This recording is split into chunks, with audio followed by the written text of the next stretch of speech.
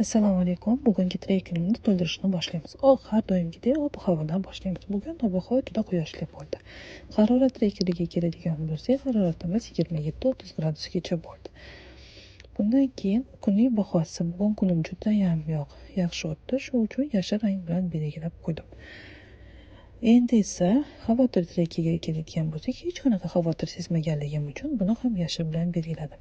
Qadamlar treykeri bugun 5100 ta qadam yurdim. O'qish treykeriga keladigan bo'lsak, har doimgidek 20 barobardan oshmadi. Orzularim treykeriga keladigan bo'lsak, orzularim uchun yig'ilgan summaga $10 qo'shib qo'yardim xolos. Bundan tashqari obunachilarim hali ham 10 taga yetmaganligi uchun yashil bilan belgilab qo'ydim. Endi aprel oyining treykeriga o'tamiz. Bugun 2-aprel. Uyqu treykeri esa soat 12 dan 5 gacha bo'ldi.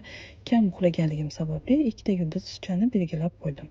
Kunning eng muhim qismi o'zimga kundalik qo'ygan rejalarimni barchasini amalga oshirganligim uchun barchasini yozib qo'ydim.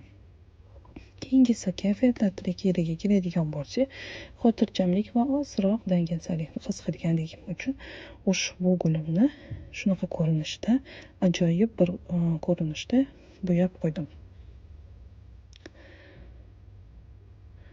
Odatlarim treykeriga keladigan bo'lsak, odatlarim treykerda har doimgidek barchasini qilishga harakat qildim, lekin ikkitasidan tashqari barchasini bajardim desam ham bo'ladi.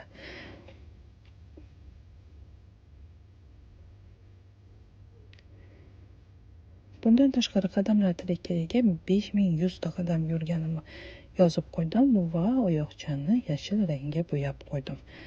Filmlar va